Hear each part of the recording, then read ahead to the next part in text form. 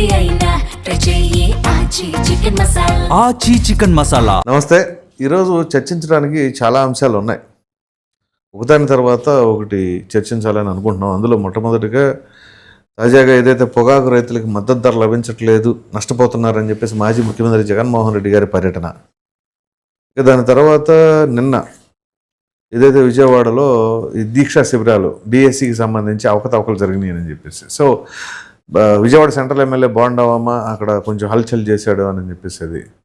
ఇక దాని తర్వాత కేంద్ర హోంమంత్రి అయినటువంటి అమిత్ షా గారిని వైసీపీ నాయకులు కలిసి ఆంధ్రప్రదేశ్లో అరాచకం జరుగుతుంది, అక్రమ కేసులు పెడుతున్నారు అనేది మరొక అంశం. ఇంకా అదేవిధంగా తెలుసు కదా, బోరుగడ్డ అనిల్ ఆయన నిరసన కార్యక్రమం చేపట్టారు జగన్మోహన్ రెడ్డి గారి ఇంటి ముందు. ఈ క్రమంలో ఈ సజ్జల మీద కొంచెం అటాకింగ్గా వెళ్ళాడు బోరుగడ్డ. అయితే దాని తర్వాత కొన్ని స్పెక్యులేషన్స్ అయితే వస్తున్నాయి. మళ్ళీ విజయసాయి రెడ్డి వెళ్ళబోతున్నాడు ఒకవేళ సజ్జల మీద కనుక చర్యలు తీసుకుంటే అనేది. ఈ అంశాలపైన మనతో చర్చించడానికి Khammam corporation director additional Srinivas గారు నమస్తే అండి. నమస్కారం అండి. సార్, ముందుగా ఈ పొగాకు రైతులకు సంబంధించి మీరు ఎందుకని అధికారంలోకి రాకముందు రైతులకు పెద్దపీట వేస్తాం అది ఇది అని చెప్పేసి అని చివరికి ఇప్పుడు జగన్మోహన్ రెడ్డి గారు వచ్చి వాళ్ళకి జరుగుతున్న అన్యాయాన్ని గట్టిగా ప్రశ్నిస్తున్నాడు మీ ప్రభుత్వాన్ని, దానికి మీ సమాధానం? ఇప్పుడు పొగాకు రైతుల విషయంలో ప్రభుత్వాల పాత్ర నామాత్రంగా ఉంటుందండి.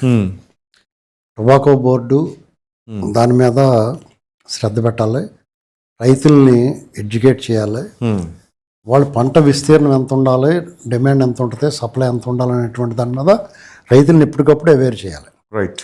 అది టొబాకో బోర్డు, ప్రత్యేకించి టొబాకో బోర్డు పెట్టింది ఎందుకంటే పొగాకు రైతుల కోసమే అదంతా. అంటే ఇది వరకు ఎలా ఉండేది అంటే అండి, పొగాకు వ్యాపారం కానీ వ్యవసాయం కానీ ఒక రైతు పొగాకు పండించడానికి ఉన్నాయి, ఈ టొబాకో కంపెనీలు ఉంటాయి. గుంటూరు ప్రకాశం జిల్లాల్లో టొబాకో కంపెనీలు ఉన్నాయి, ఐటీసీ, తర్వాత జయలక్ష్మి అని, ఇలా రకరకాల కల్లం కోటయ్య గారి అని బోలెడు మంది మద్ది వాళ్ళ ఇలాంటి టొబాకో కంపెనీలు ఉంటే వాళ్ళంతా ప్రైవేట్గా పోయి రైతుల దగ్గర కొనుక్కుని అవసరమైతే రైతులకు ముందు అడ్వాన్స్ ఇచ్చి మాకే అమ్మండే పొగాకు అనేటువంటిది ఏదో ప్రాసెస్ ఉండేది ఒకప్పుడు. అప్పుడు ఏమైందంటే రైతులకి కొన్నిసార్లు ఈ వ్యాపారస్తులు, ఈ బ్రోకర్లు రైతులకి దెబ్బేసి డబ్బులు సరిగ్గా ఇవ్వకపోవడం ఇలాంటి సమస్యలు వచ్చిన తర్వాత అప్పుడు టొబాకో బోర్డు ఏర్పాటు చేసి ఛానల్ క్రితం రైతులు నేరుగా టొబాకో బోర్డు ద్వారా వేలం ద్వారా వీళ్ళు వ్యాపారస్తులు వచ్చి కొనుక్కుంటారు. రైతులకు అమౌంట్ గ్యారంటీ బ్యాంకులో నేరుగా బ్యాంకులో పడిపోద్ది. అప్పుడు బ్యాంకులు కూడా రైతులకు రుణాలు ఎక్కువ కండిషన్స్ లేకుండా రైతులకు రుణాలు ఇస్తాయి. అంటే పొగాకు రైతు ఒక 10 ఎకరాలు వేసాడు అనుకోండి, 10 ఎకరాలకు సరిపడగా ఎకరానికి ఎంత అని చెప్పేసి బ్యాంకులు లోన్ ఇచ్చి రైతు వ్యవసాయం చేసుకునేవాడు. ఆ పొగాకు అమ్ముకున్న తర్వాత ఆ చెక్ 40 రోజుల్లో 45 రోజుల్లో చెక్కు వచ్చి పడితే నేరుగా బ్యాంక్ అకౌంట్లోకి వస్తే రైతుకి ఆ బ్యాంకులో అమౌంట్ డిడక్ట్ చేసుకుని రైతుకి ఇచ్చేసి. ఇప్పుడు ధరలు ఎక్కువ తక్కువలో లాభం నష్టం ఉంటుంది. ఒకవేళ ప్రొడక్షన్ మీద దాని మీద పంట దిగుబడి మీద ధరల మీద ఆధారపడి ఉంటుంది. అప్పుడు లాటరీ రైతు బతుకు. అయితే అప్పట్లో ప్రైవేట్గా ఉండి వ్యాపారులు వచ్చి కొనుక్కుని తిరిగి ఇచ్చిపుచ్చు, అప్పుడు డిమాండ్ సప్లైని బట్టి ఉండేది. అప్పుడు ఒక్కోసారి ధరలు ఎక్కువ ఉండి ధరలు పాతాళానికి పోతూ ఉండి దళారులు వ్యాపారస్తులు అందరూ కుమ్మక్కైపోయి రైతులను ముంచేసిన రోజులు ఉన్నాయి, డబ్బులు ఎగ్గట్టిన రోజులు ఉన్నాయి. అయితే మంచి చెడు రెండు ఉన్నట్టుగానే ఇప్పుడు టొబాకో బోర్డు వచ్చింది, రైతుల పరిస్థితి కొంచెం మెరుగైంది. ఇక్కడ ధర ఉన్నదా లేదా, ఇక్కడ కూడా కొంత రింగ్ అయిపోవటం రకరకాలుగా జరుగుతూ ఉంటుంది. పొగాకు నాణ్యతను బట్టి వాళ్ళ చేతిలో ఉంటుంది రేటు పెంచడం తగ్గించడం. సాధారణంగా కొంచెం రేట్ పెంచి కొనటం డిమాండ్ బట్టి, లేదా ఇలాగ ఇక్కడ కూడా కొన్ని మైనస్లు ఉంటాయి. దాన్ని రైతులు ప్రభుత్వాలకి తర్వాత కలవ చేసుకుని ఈ టొబాకో కంపెనీలకి బోర్డుతోటి మాట్లాడి ఆ ధరల స్థిరీకరణకి ప్రయత్నాలు చేస్తూ ఉంటారు. ఎవరో కూడా రైతు పాడైపోవాలని కోరుకోరు. First point. అందులోనూ తెలుగుదేశం ప్రభుత్వం రైతుల పక్షాన ఉంటుంది. వాళ్ళకి భయం చెడ్డ పేరు వస్తుందేమో అని. జగన్మోహన్ రెడ్డి లాంటి కూడా వాళ్ళు పట్టించుకోడు. అప్పుడు ఏమైందంటే జగన్మోహన్ రెడ్డి హయాంలో 5 సంవత్సరాల్లో 2 సంవత్సరాలు రేట్లు బాగానే ఉన్నాయి. మొన్న లాస్ట్ ఇయర్ కూడా కొంచెం బాగానే ఉంది. ఈ సంవత్సరం వచ్చినోటికి రైతులు ఏం చేస్తారంటే ధర బాగుంది అనుకోండి, ఎక్కువ పండించడం, ఎక్కువ విస్తీర్ణంలో పంట పండించడానికి ట్రై చేస్తారు. అయితే ఏంటి ఆశ రైతుకి, ఇప్పుడు పంట పండించుకోవాలి, కొంచెం దిగుబడి ఆదాయం వస్తుంది కదా. ఎప్పుడో జన్మకో శివరాత్రి ఎప్పుడో కానీ వాళ్ళకి పని జరగదు. ఒకవేళ ధరలు పెరిగినా వాళ్ళకి ఇమీడియట్గా రైతు కూలీలు వాళ్ళ కూలీ రేట్లు పెరుగుతాయి. బేరంలో కాల్చడానికి పనిచేసే ఆ డ్రైవర్ అంటాడు అతన్ని, బేరం కాల్చడానికి ఉండేవాడు, అతని ధరలు పెంచేస్తాడు, ట్రాన్స్పోర్ట్ పెంచేస్తారు, అన్ని పెంచేస్తారు. యూరియాలు ఇలాంటివన్నీ వాటి ధరలు కూడా పెరుగుతూ ఉన్నాయి. ఇలాంటి పరిస్థితుల్లో పురుగు మందులు అన్ని పెరుగుతూనే ఉన్నాయి కదా, ప్రతి సంవత్సరం ఇంత తగ్గడం లేదు కదా. పురుగు మందులు వాడతారా అన్నిటికి?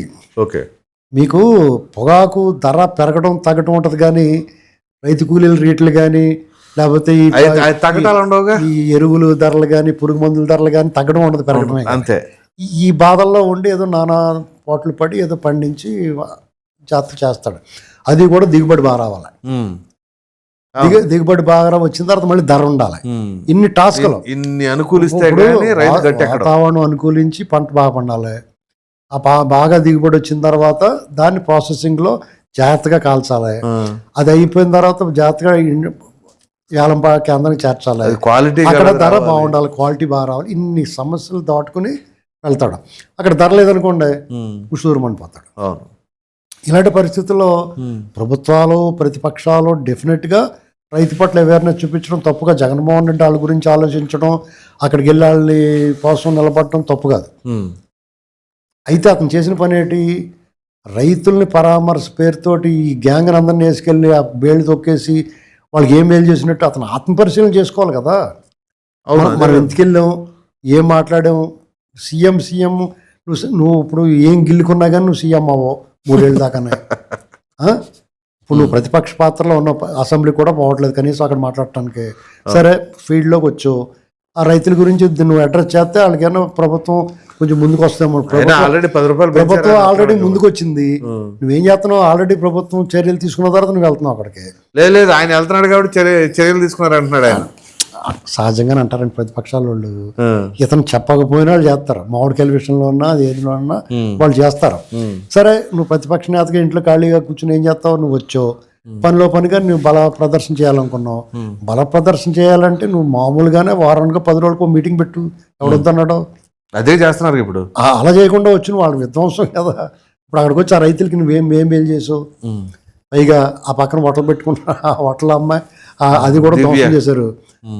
ఇందులో ట్విస్ట్ ఏంటంటే ఆ హోటల్లో ఎవరైతే నష్టపోయారో, ఎవరైతే విధ్వంసం గురైన హోటల్ బయటకు వచ్చి జగన్మోహన్ రెడ్డి చాలా మంచోడు అండి, మమ్మల్ని బాగా చూసాడు, అక్కడే అర్థమవుతుంది కదా, మమ్మల్ని చాలా బాగా చూసుకున్నాడు, మీరు మా అసలు ఎవరు అడిగారు అది, మా పరిహారం గట్ట ఏం పక్కలేదని చెప్పేసి ఎవరు అడిగారు, ఆ మాజీ మంత్రి గారు వీళ్ళందరూ కూడా వచ్చి చెప్పించారంటే వీళ్ళందరూ చేశారు కదా అని బయటకు అయింది కదా, అంటే చేయించినట్టే ఇప్పుడు వీడియో కూడా. అయితే ప్రభుత్వం ఇమ్మీడియట్గా వాళ్ళకి నష్టం జరిగిన వాళ్ళకి నష్టపరిహారం ఇవ్వడానికి కలెక్టర్ గారు పిలిపించి మాట్లాడడానికి అన్ని రెడీ చేశారు. మాకు అవన్నీ వద్దండి మేము వెళ్ళాం అది ఇది అన్నారు. ఇంకో మాట కూడా అని ఉంటే బాగుండేది, ఈ ప్రభుత్వం ఇచ్చే పెన్షన్ తీసుకోము, మేము రేషన్ తీసుకోమంటే బాగుండేది, అంత జగనే చూసుకుంటాడు మమ్మల్ని అని. ఆ మాట అనలేదు వాళ్ళు. కానీ ఈ ప్రభుత్వం కూడా మంచిది, అంత బాగా అలాగే. ఇప్పుడు బోరగడ్డ అక్కడ ఎందుకు కూర్చుంటాడు, అలా కాదండి. మమ్మల్ని మాకు జగన్మోహన్ రెడ్డి మంచోడు, అతనే బాగా చూసుకున్నాడు అన్నప్పుడు వీళ్ళు మాకు ఈ ప్రభుత్వం ఇచ్చేది ఏం అక్కలేదు, అతను ఉన్నాడు మాకు అని చెప్పాలి. మామూలుగా అయితే అదే వైసీపీ వాళ్ళు ఏం చేస్తారు, అయితే నువ్వు అలాగన్నావు కాబట్టి నీ పెన్షన్ కట్ట నువ్వు తీసుకోకలే అని చెప్తారు. ఆ ఎమ్మెల్యే అలాంటి కాదు. అక్కడ గోపాలపురం ఎమ్మెల్యే టాప్ 10లో ఉన్నాడు ఆయన. మామూలుగా ర్యాంకింగ్స్లో ప్రభుత్వం ఇప్పుడు సరే ఫర్ ఎగ్జాంపుల్ మీరు అంటున్నారు ప్రభుత్వం నుంచి పథకాలను తీసుకోమాకండి అని చెప్పేసి అని.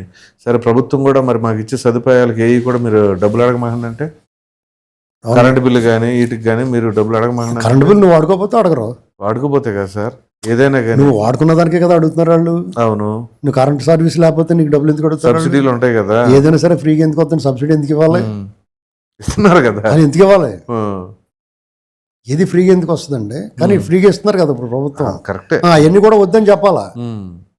మాకు చంద్రబాబు గారు వీళ్ళు చేసేది మాకు ఏం వద్దని చెప్పగలిగితే మా పార్టీ మేము దగ్గర నిలబడినప్పుడు ఆ మాటలు చెప్పించుంటే బాగుండేది అవన్నీ. కానీ అదే వైసీపీ ప్రభుత్వం ఉంటే వాళ్ళు ఎన్ని ఆపుతారు, ఇక్కడ అలా ఆపరని చెప్తున్నాను నేను. మీరు ఇస్తామంటున్నారు, మీరు ఇస్తామంటేనే వద్దన్నారు. నెక్స్ట్ ఇంకోటి ఏంటంటే ఇక్కడ మనం ఆలోచించాల్సింది ఏంటంటే ప్రభుత్వం తెలుగుదేశం కూటమి ప్రభుత్వం ఉంది, ఎమ్మెల్యే తెలుగుదేశం ఎమ్మెల్యే ఉన్నారు అక్కడ, ఆయన టాప్ 10 ర్యాంకింగ్ లో ఉన్నారు. అంటే సంక్షేమం అభివృద్ధి అన్ని విషయాలు ప్రజలకు అందుబాటులో ఉన్నాడు అనేటువంటి పేరు వచ్చింది కాబట్టి టాప్ 10 ర్యాంకింగ్ లో ఉన్నాడు. అటువంటి చోట ప్రతిపక్ష పార్టీ వచ్చి అక్కడ విధ్వంసం చేస్తే వాళ్ళు నష్టపోయి కూడా జగన్మోహన్ రెడ్డి ముఖం చాలా బాగుంది, అతను మంచికి పొట్టుగా ఉన్నా కానీ పొడుగ్గా ఉన్నాడు అని చెప్తుందంటే దాని అర్థం ఏంటి? వాళ్ళు ఆ పార్టీకి సంబంధించిన వాళ్ళు సింపథైజర్స్ అక్కడ వాళ్ళు చెప్పించగలిగారంటే ఎవరి ప్రభావం పనిచేస్తుంది అక్కడ? మాజీ వాళ్ళదే. అంచేత ఆలోచించుకోవాల్సింది ఎవరంటే అక్కడ ఉన్న ఎమ్మెల్యే పార్టీ ఆలోచించుకోవాలి. ఈ సమస్య ఆవిడది కాదు, ఇప్పుడు పార్టీ సమస్య అది. ఓకే, ఆ ఎమ్మెల్యే గారి సమస్య ఎందుకు ఎలా జరుగుతుంది అనేటువంటిది ఆయన ఆలోచించుకోవాలి. దాన్ని బట్టి తగిన చర్యలు తీసుకుని పార్టీ పట్ల జనాలకి ఒక నమ్మకం కలిగించాలి. ఇప్పుడు ఏమనుకుంటారు, అక్కడ తెలుగుదేశం కూటమి ప్రభుత్వం ఉంది, తెలుగుదేశం ఎమ్మెల్యే ఉన్నారు, అధికార పక్షం చంద్రబాబు నాయుడు గారు ముఖ్యమంత్రిగా ఉన్నారు, ఈయన టాప్ 10 ర్యాంకింగ్లో ఉన్నాడు. అటువంటి చోట ప్రతిపక్ష పార్టీ హవా నడుస్తుందంటే ఏ రకమైన సందేశం వెళ్తుంది? ఇది వాళ్ళు సరి చేసుకోవాలి. అంటే మీరు ఇక్కడ ఈ చెప్పే దాంట్లో నాకు అనిపించింది ఏంటి, ఇక్కడేమో ప్రతిపక్షానికి సంబంధించిన వాళ్ళు బెదిరించి వీడియో చేయించారు. అవునండి, ఆ బెదిరించి ఇక్కడేమో ఈయన మంచితనంతో టాప్ 10లో ఉన్నారు. ఇప్పుడు బెదిరించి చేయించారంటే ఆ ధైర్యం ఎక్కడి నుంచి వచ్చింది వాళ్ళకి? ఈయన మంచితనం, మీరు కొట్టాల్సింది ఆ ధైర్యం మీద కదా. ఆ ప్రతిపక్ష పార్టీ ధైర్యాన్ని ఇప్పుడు మీరు ఎంత మంచి పని చేసినా ఆవిడ ఏమంటుంది, ఆవిడ నష్టపోయి కూడా వాళ్ళ వల్ల చాలా కష్టపడి కూడా వాడు చాలా మంచి ఉండటం ఏ రకమైన మెసేజ్ వెళ్తుంది? మీరు చేసిన మంచి కానీ మీ పెన్షన్లు కానీ మీరు గ్యారంటీ వాళ్ళకి ఏదో ఉంటుంది. వాళ్ళ ఇంట్లో ఆడపిల్లలు ఉంటే తల్లికి వందనం కూడా ఇచ్చి ఉంటారు. అయినా సరే మీకు వ్యతిరేకంగా చెప్పినట్టే కదా, వీళ్ళకి వ్యతిరేకంగా చెప్పినట్టే కదా. ఆ పరిస్థితి ఎందుకు వచ్చింది అనేటువంటి వీళ్ళు పునరాలోచించుకుని జాగ్రత్తగా సరి చేసుకోకపోతే రేపొద్దున రాబోయే రోజుల్లో లోకల్ బాడీ ఎలక్షన్స్లో ఇబ్బంది పడతారు. అది వాళ్ళు ఆలోచించుకోవాల్సింది. దీనివల్ల ఒక మేలు జరిగింది. జాగ్రత్త పడతారు ప్రభుత్వ పెద్దలు, ఎమ్మెల్యేలు కూడా ఆలోచించుకోవాల్సి ఎలక్ట్ అవ్వాలా, ఏం జరుగుతుంది ఏంటి, ఈ రకమైన భయాందోళన ఇంకా పోలేదా, భయపెడుతున్నారా, భయపెట్టి కూడా కోరలు పీకాలో వద్దా? వాళ్ళు భయపెడుతున్నారంటే మరి ఇప్పుడు అధికార పార్టీ ఏం చేస్తున్నారే అదే ఆ ప్రశ్న వస్తుంది కదా. నేను అంటున్నాను కదా, మీరు ఏం చేస్తున్నారండి, నేను కొంచెం ఘాటుగా అంటలేదు, మన మావుడు కాబట్టి వెంకటరాజు వాళ్ళని. వెంకటరాజు గారు ఎమ్మెల్యేగా టాప్ ర్యాంకింగ్లో ఉండి అందరితో బాగుంటాడు. అటువంటి వాటికి ఇలాంటి సమస్య వచ్చిందంటే మనం ఘాటుగా మనం స్పందించట్లేదు. సమాధానం చెప్పాల్సింది ఆయనే దీని గురించి. అర్థమైందండి. నెక్స్ట్ చెప్పండి.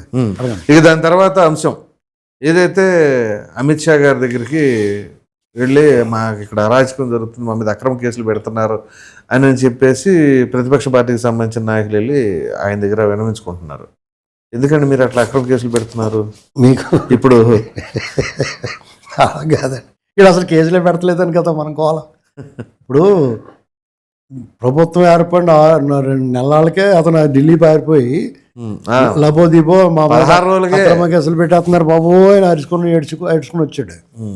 వీళ్ళు ఏం చేయకుండానే వాళ్ళంతా వాళ్ళే భయపడిపోయి వాళ్ళంతా వాళ్ళే పారిపోయారు.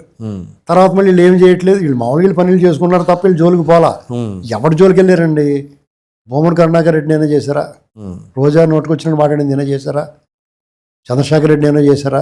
పెద్దిరెడ్డి రామచంద్రారెడ్డి అటవీ భూములు ఆక్రమించుకున్నాడు, ఆయన నేనే చేశారా?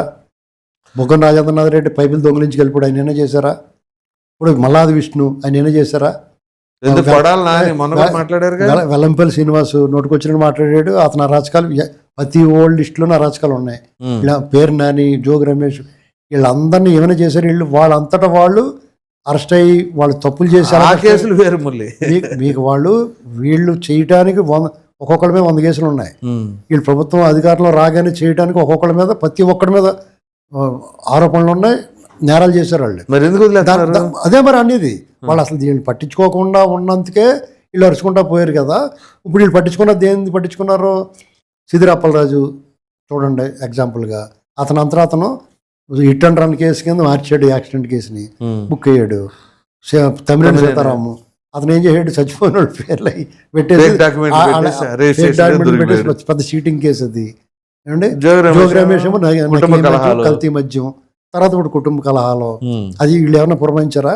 ఏదైనా అక్రమ కేసు? అది మీరు చేసిన తప్పు అదే కదా. మీరు ఇప్పుడు ఇన్ని నేరాలు చేశారని చెప్పినప్పుడు మీరు అరెస్ట్ చేసి ఉంటే వాళ్ళు ఢిల్లీ వెళ్ళేవాళ్ళు కాదు కదా. అదేనండి, ఇప్పుడు చెప్తాను దానికి కూడా. ఇప్పుడు మీకు పేరు నాని ఉన్నాడు, వాళ్ళు అడ్డగోలుగా దొరికినా కానీ అడ్డంగా దొరికాడు. వాళ్ళు మిస్సెస్ వాళ్ళు కూడా.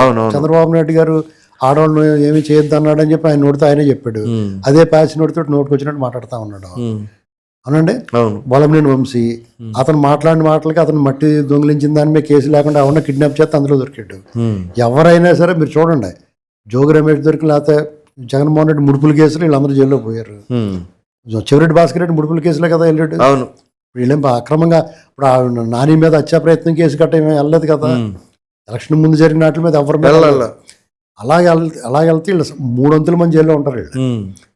వీళ్ళు అలా చేయకుండానే వీళ్ళు కొట్టకుండానే కొట్టారని అరుచుకుని ఎడుతూ ఉన్నారు. ఇదన్నీ అక్రమ కేసులను వెళ్ళాడు. ఇప్పుడు వీళ్ళు అన్ని తవ్వి ఇప్పుడు పెడితే లెవెల్ అవుద్ది. అదే సార్ నేను అనేది ఇప్పుడు కొట్టకుండానే కొడుతున్నారు అంటున్నారు.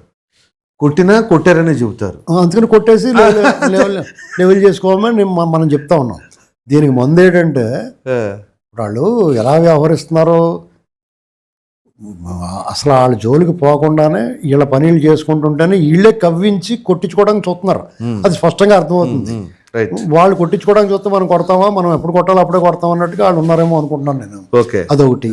లేదా ఏడి న్యూసెన్స్ రాష్ట్రం అంతా కూడా సరి చేసుకునే పరిస్థితిలో ఉన్న పెట్టుబడులు వస్తున్నాయి, ఇలాంటి ల్యాండ్ ఆర్డర్ ప్రాబ్లం వస్తాయి, ఇంటికి వీళ్ళు అనవసరం కలగటం, వాళ్ళ పాపని వాళ్ళే పోతారులే ఎప్పటికప్పుడు అలాగే దొరికారు కదా అంతా వచ్చి. వాళ్ళు వదిలిపెట్టినా వాళ్ళే వచ్చి దొరికారు. సెల్ఫ్ అవుట్లు అయ్యి. ఇలాంటి పరిస్థితుల్లో వీళ్ళు వెళ్ళటం అనేటువంటిది ఇప్పుడు దీనికి కౌంటర్ వీళ్ళు ఏం చేయాలంటే రాష్ట్రంలో డెఫినెట్గా ఒక రకమైన భయానక వాతావరణాన్ని సృష్టించడానికి జగన్మోహన్ రెడ్డి ప్రయత్నం చేస్తున్నాడు. అతని పర్యటనలన్నీ అవి రుజువు చేస్తున్నాయి. మనం చూస్తున్నాం కదా. అతను ఆ మధ్య వాళ్ళ కారు కింద పడిపోయిన టైంలో ఒక ఆయన చనిపోయిన ఆత్మహత్య చేసుకున్న పరామర్శకి వెళ్ళినా, లేకపోతే రౌడీ షీటర్ల పరామర్శకి వెళ్ళినా, కాకాని గోవర్ధన్ రెడ్డి, పిల్లినేని రామకృష్ణారెడ్డి ఇలాంటి క్రిమినల్స్ అందరికీ ములాఖాతులకు వెళ్ళినా, లేకపోతే మామిడికాయలకి వెళ్ళినా, మిర్చి ఆటికి వెళ్ళినా, నిన్న పొగాకి వెళ్ళినా కానీ అతను చాలా విధ్వంసము, జనాలను భయం గురి చేసే వాతావరణం క్రియేట్ చేస్తూ ఉన్నాడు. వాళ్ళ క్యాడర్ కానీ ఈయన స్వయంగా కూడా భయపెడతా ఉన్నాడు. ఇలాంటప్పుడు అతని మీద సిబిఐ, ఈడీ ఛార్జ్ షీట్లు 18 ఉన్నాయి.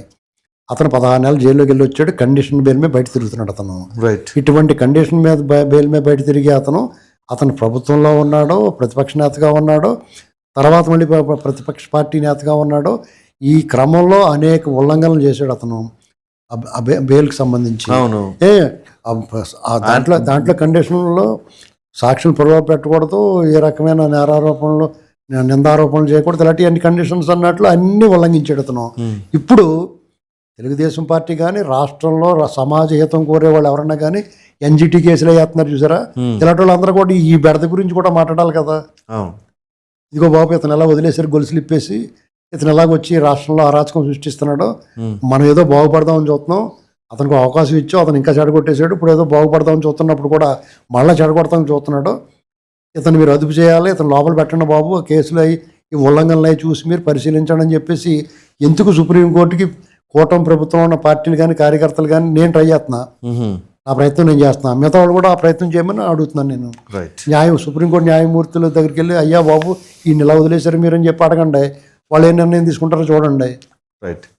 అదుపు చేస్తే మంచిదే కదా, మనకి ప్రశాంతంగా చేసుకోవచ్చు అని ఆ పార్టీ వాళ్ళు కూడా అమ్మాయి అనుకుంటారు. అర్థమైందండి.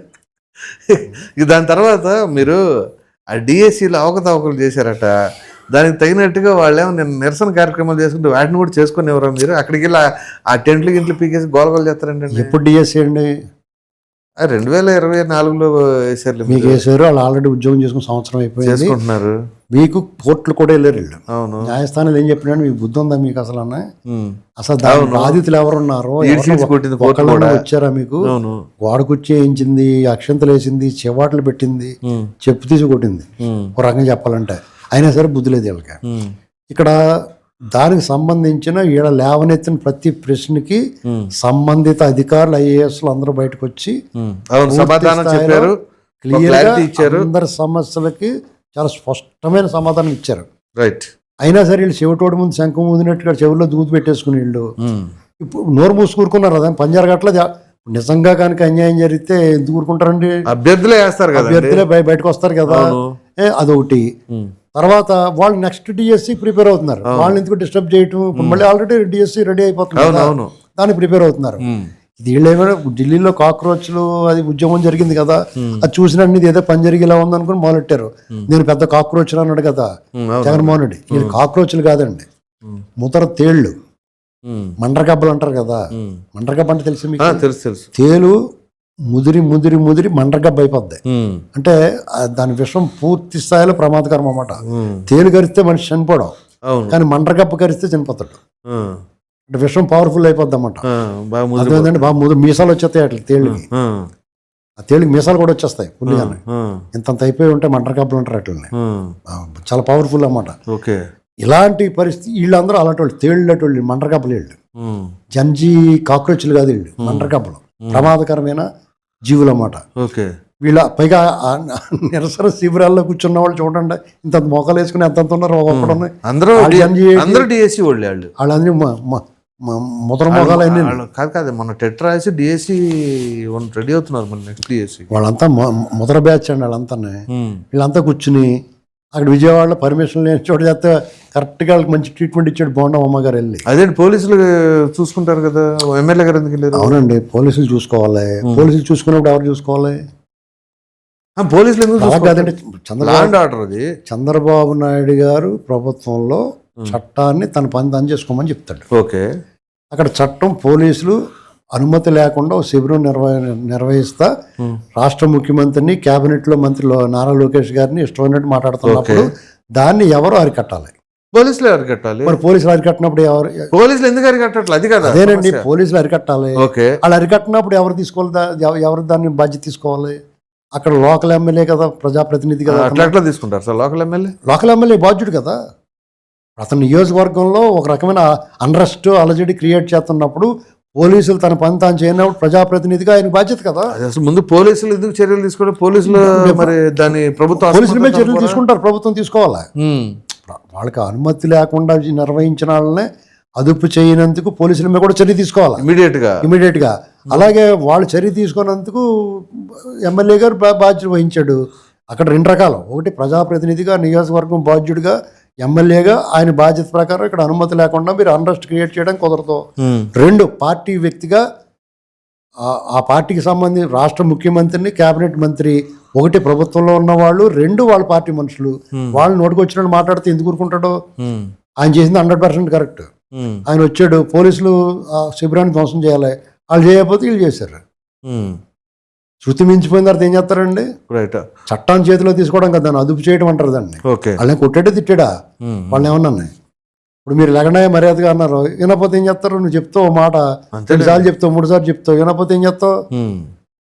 అప్పుడు పోలీసులు యాక్షన్ తీసుకుని అప్పుడు చచ్చినట్టు వాళ్ళు చేశారు. ఈ లోపల ఇంకో మాట చెప్పాడు, ఎమ్మెల్యే రావడం పక్క నియోజకవర్గాన్ని నుంచి కూడా వచ్చి వెల్లంపల్లి శ్రీనివాస్ మాట ఈసారి వస్తే నేను కట్టేస్తా అన్నాడు. ఏంటిదండి? వెల్లంపల్లి శ్రీనివాస్ కూడా వచ్చి మాట్లాడాడు. అక్కడ నోటుకు వచ్చినట్టు తిడుతున్నాడు. తిడుతూ ఊరుకుంటారా? తిట్టుకుంటారా? నువ్వు దేని గురించి మాట్లాడాలి? డిఎస్సి గురించి. నువ్వు మొదట తేలు. అందులో ఎవరు రాశాడు డిఎస్సి? నువ్వు రాసావా ఎగ్జామ్? మళ్ళా విష్ణు రాశాడా ఎగ్జామ్, డిఎస్సి ఎగ్జామ్? వాళ్ళ పిల్లలు రాశారు. ఆ పిల్లలు రాశారు. వాళ్ళ పిల్లలు ఏమో రాశారు. వాళ్ళ పిల్లలు కూడా ఇతను కన్నా పెద్దవాళ్ళు ఉంటారు. మీకు ఎవరు? పైగా అతను మద్యము మాంసం, పైగా బ్రాహ్మణ నాయకుడు అంటున్నారు. ప్రతి దాంట్లో కులం. అలా విష్ణుని బ్రాహ్మణ నాయకుడిని అరెస్ట్ చేయాలని ప్రతి దాంట్లో కులం సిగ్గులేదా నీకు? మధ్య ఎవరి మాట అన్నది పేపర్లో వేసాడు కదా వాళ్ళ పేపర్లో. అంటే మద్యము మాంసం అమ్మిన అతన్ని బ్రాహ్మణులు ఓన్ చేసుకుంటారా? అతను బ్రాహ్మణ నాయకుడు అలాగవుతాడు, అతను వైసీపీ నాయకుడు అని రాసుకోవాలా? అంతే కదా, సిగ్గులేదా? వైసీపీ నాయకుడు అని రాసుకోలేరా? అతను వైసీపీ నాయకుడు కదా. ప్రతి దానికి కులం కులం కులం చచ్చిపోతున్నాడు అండి అతను. ఇప్పుడు మళ్ళీ కొత్తగా ట్విస్ట్ మొదలెట్టారు. యువజన శ్రామిక రైతు కమ్మ సమాఖ్య అని చెప్పి ఎవరో వచ్చి జగన్మోహన్ రెడ్డి గారిని కలిసారు. నేను కమ్మ కార్పొరేషన్ డైరెక్టర్గా చెప్తున్నాను. ఇప్పుడు అందరూ అప్రమత్తం అవ్వాల్సిన అవసరం ఉంది. కులం మీద, కమ్మ కులం మీద పడి కమ్మ కులాన్ని తలవకుండా ఆడు బతికెళ్ళట్లేదు. ఆడు బతికంతా కమ్మాల మీద ఏడ్చి ఏడ్చి ఏడ్చి డెస్సిపోయాడు. ఇప్పుడు మళ్ళీ మొదలెట్టాడు, మేము అప్రమత్తం అవుతాం, ఇదివరకు ఊరుకొని తోలు తీసేస్తాం, పిచ్చి పిచ్చి వేసేస్తానే. అర్థమైందండి? ఎందుకంటే ఎన్నాడు ఊరుకుంటాడు ఎవడన్నా. మళ్ళీ కుట్రలు మొదలు పెట్టారు. కుట్రలు ఎక్కడెక్కడ ఛేదిస్తాం, ఎక్కడెక్కడ బద్దలు కొడతాం, కోటలు అన్నిటిని బద్దలు కొడతాం. ఇక పోలీసు వైఫల్యం అని నేను ఎందుకంటున్నానంటే, పోలీసులు అంటున్నారు, మీరు అన్నారు ఒంగోలులో అక్కడ కూడా అలాగా అనుమతి లేకుండా ఒక స్థలంలో పెట్టుకుని మాట చేస్తున్నారు. పోలీసులు బతిమాస్తున్నారు అండి. ముందు మర్యాదగా చెప్పాలా, వినకపోతే లాగే ఆతలు పడేయాలి. బతిమాలటం ఏంటి? మీ మాట ఎందుకంటారు వాళ్ళు? అలాగే టీడీపీ వాళ్ళు బతిమాలేరు మీరు ఎప్పుడన్నా? ఇదే డిపార్ట్మెంట్ కదా ప్రభుత్వం అంటే. టీడీపీ వాళ్ళని అసలు అడగటాలు కూడా లేవు. ప్రభుత్వం అంటే మారింది కానీ నాయకులు మారారు కానీ అధికారులు వాళ్ళే కదా. మీరే కదా ఉన్నారు. అవును. మరి అప్పుడు అలా పనిచేసి ఇప్పుడు ఇలా పనిచేయటువంటి వీళ్ళు ఏం లోకువైపోయారా మీకు? అంటే మిమ్మల్ని ఏం అంటలేదన్నా? ఇప్పుడు జగన్మోహన్ రెడ్డి గారు అనుకోండి ఆయన మామూలుగా ఏకంగా చీఫ్ సెక్రటరీ చేసిన ఆయన్నే కొట్టాడు పిలిచి. అంటే వీళ్ళు అలా చేయట్లేదన్నా? ఓకే, చేయాలా కోరుకుంటున్నారు అలాగా? ఏసీఎస్ నుండి వేరెందుకులండి చేసా ఆయన ఆయన బహిరంగంగా చెప్పాడు. అయితే ఒకటి ఇక్కడ ఈ ప్రభుత్వం ఇచ్చిన వెసులుబాటుని, చట్టానికి ఇచ్చిన గౌరవాన్ని దక్కించుకోవాలా యంత్రాంగం అంతా కూడా. ఐఏఎస్లైనా ఐపీఎస్లైనా డిపార్ట్మెంట్లో పనిచేసే వాళ్ళైనా సరే ఈ ప్రభుత్వం మీకు ఇచ్చిన వెసులుబాటుని, గౌరవాన్ని, మర్యాదని కాపాడుకోకపోతే బోండమ్మ గారు చేసినట్టు చేయాల్సి వస్తుంది. రైట్. అది ఎవరికి అందరూ హర్షించారు. నీకు ఇక్కడ ఇప్పుడు ఏదైనా పొరపాటు చేసి ఉంటే మనమే విమర్శిస్తాం, తప్పు చేసావు నువ్వు అని. అతను చేసిన పని హర్షించాం కదా, బ్రహ్మాండం చేసావు నువ్వు.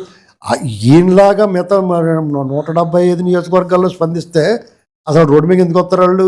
నువ్వు జెన్యూన్ కాస్తావు రా, నువ్వు జెన్యూన్ కాస్తా వస్తే వీళ్ళకే ధైర్యం ఉండదు నీ దగ్గరికి వచ్చి మాట్లాడడానికి.